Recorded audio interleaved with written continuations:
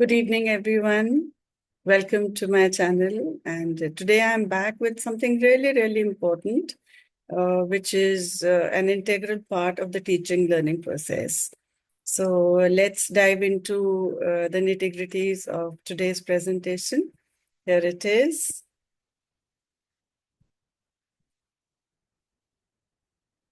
Right. So firstly, a warm welcome to all of you and to my new subscribers who've joined this week. Thank you so much for your trust that you instill in me. And I'm sure this video today is going to be a very, very meaningful one for all of you. Okay, so let's start off. Effective student feedback is something which is, as I just mentioned, an integral part of the teaching learning process. Now, what exactly is student feedback? Let's discuss this. In order to improve the learning outcomes, teachers have to make use of this very important and effective strategy, which is student feedback.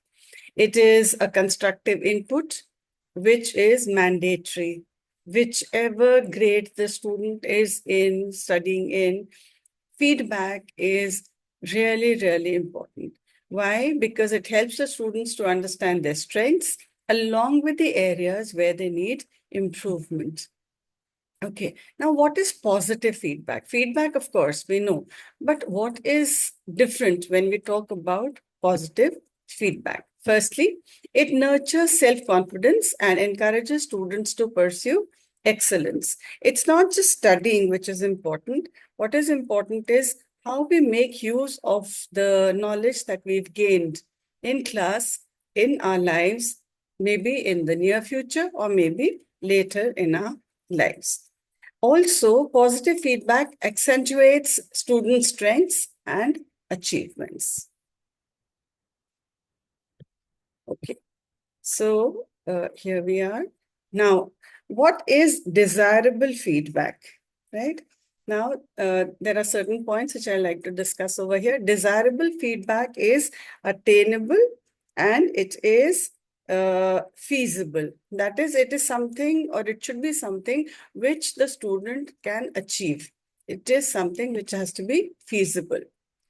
Next, it has to be distinct and precise, to the point. It should be positive and productive.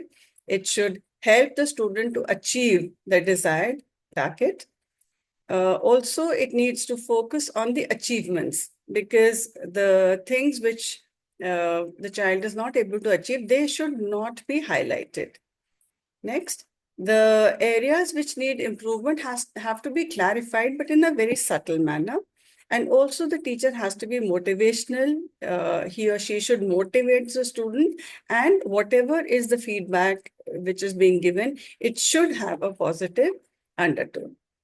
Now, there are some very important key factors which form a part of this positive feedback. The first is the use of optimistic augmentation. This means that students excel when their efforts are acknowledged. So the feedback that focuses solely on mistakes can be very discouraging for them. But if we start with positive reinforcement, then it certainly helps the students to feel valued and motivated.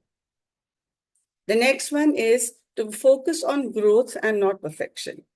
Students, as we know, they come from diverse backgrounds, they have different abilities, they have different learning styles. So instead of expecting perfection from them, let us as teachers focus on feedback which is dependent or which is solely concerned with their growth and progress. The third point, let constructive criticism go hand in hand with cheerful motivation, because feedback works best when it combines with constructive criticism and encouragement. If we focus on mistakes, it could be very discouraging, but if we pair it with positive reinforcement, it motivates them to improve. The fourth point, make feedback more individualized, pertinent, and empathetic. Like if we give them generic compliments or comments like, well done, need improvement, can do better next time, this is not very effective.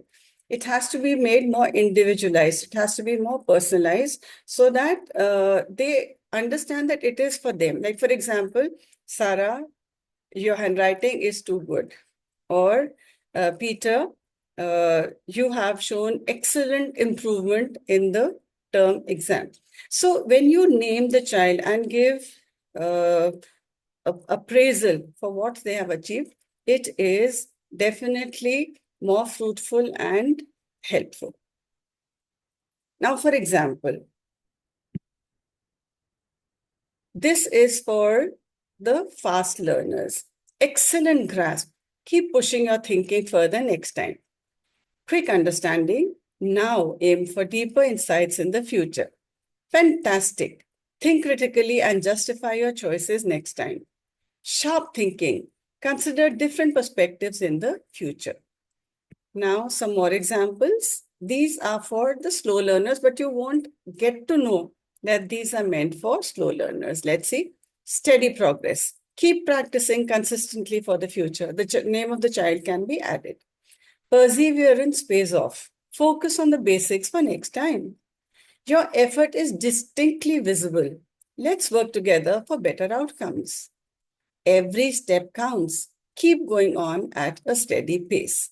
So these are the ones, the feedback or the comments which should be given, or remarks rather. It's like remark is a better word. So these kinds of remarks, I'm sure, will go a long way in instilling more courage, more confidence, and that desire to do the best amongst our students. So once again, coming back to attainable feedback, it means providing feedback which is realistic, achievable, and within the recipient's capabilities, the student's capabilities to act upon for improvement, because it focuses on specific areas for improvement and avoids vague or unrealistic suggestions. So that was all for today. And of course, your feedback matters to me. So please do get back with your generous comments and likes if you liked the video. So thank you so much for being with me here. And I hope this was helpful. So I'll stop sharing. And I hope you've had a wonderful weekend. So this being a Monday, to get back to your, brass tacks and have a wonderful week ahead of you. So bye-bye till we meet again. God bless.